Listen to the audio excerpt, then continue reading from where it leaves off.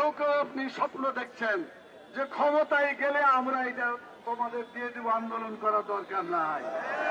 আমার মনে হয় এসব কথা মানুষকে প্রতারণা করার সামিল বলে আমি বাংলাদেশের শিক্ষা ব্যবস্থায় এক কথা জাতীয়করণ করতে হবে।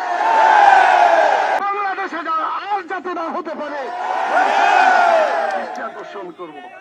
সংগ্রামী সাথী ও বন্ধুগণ, আরেকটি কথা না বললেই নয়, কিছু শিক্ষক আছেন যাদের এমপিও আছে, তাদের অধিকার কিছু বঞ্চিত আছে, অধিকার প্রতিষ্ঠা করার কাজ করছে। অসংখ্য প্রতিষ্ঠান আছে যেগুলোকে এখনো এমপিওভুক্ত করা হয় না এবং তারা আরো কঠিন অবস্থায় আছে। তারাও আন্দোলন করেছে, তাদেরও দাবি দেওয়া সরকারের কাছে স্মারকলিপি আকারে দেওয়া আছে। আমরা বলবো যারা এমপিওভুক্ত আছে তাদের যে সমস্যাগুলো সেটা যেমন দেখতে হবে, মোটেও এমপিওভুক্ত করা হয় না সেটাকেও তাড়াতাড়ি এমপিওভুক্ত করতে হবে এবং বাংলাদেশের শিক্ষা ব্যবস্থায় এক কথা জাতীয়করণ করতে হবে।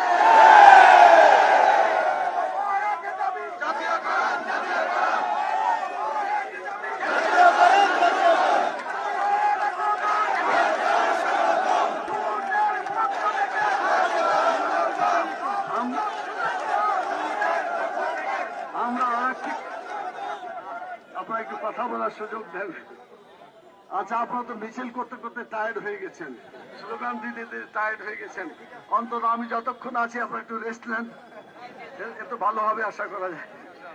আমি আরেকটি কথা বলতে চাই, সেটি হলো কেউ কেউ আপনি স্বপ্ন দেখছেন যে ক্ষমতায় গেলে আমরা এটা তোমাদের দিয়ে দেব, আন্দোলন করা দরকার নাই।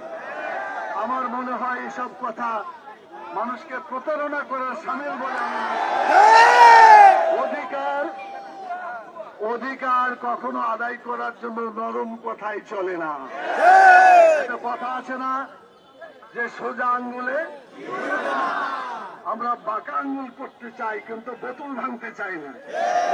এটা যাতে অরাজকতা না হয়, নিয়মতান্ত্রিক আন্দোলনের মাধ্যমে, শান্তিপূর্ণ আন্দোলনের মাধ্যমে আপনাদের দাবি আদায়ের আন্দোলনকে চালিয়ে যাবেন ইনশাআল্লাহ এবং এটা পূরণ হবে আমরা আশা করছি। প্রধান উপদেষ্টা উদ্যোগ নিলে একদিনেও ব্যাপার না সমাধান হওয়ার জন্য। আমি বারবার বলছি কথাটা এই জন্যই যে সামনে ছাত্রদের পরীক্ষা, এটা কি এটা অর্ধবার্ষিকী পরীক্ষা, এরপরে বার্ষিক পরীক্ষা, টেস্ট পরীক্ষা চলে আসছে। এই জন্য টেস্ট পরীক্ষা এবং বার্ষিক পরীক্ষার জন্য সময় খুবই কাছাকাছি।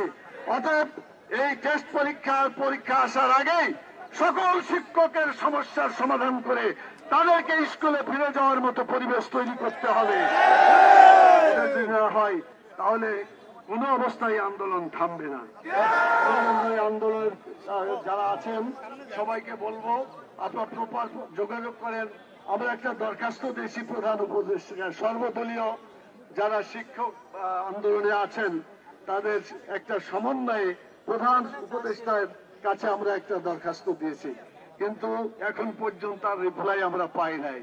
আমরা দাবি করব এই সব সমস্যাকে সামনে রেখে প্রধান উপদেষ্টা যদি শিক্ষকদের প্রতিনিধিদের মানে সমস্যার জন্য আলোচনা করেন, ইনশাআল্লাহ সুষ্ঠু সমাধান হয়ে যাবে ইনশাআল্লাহ। সেজন্য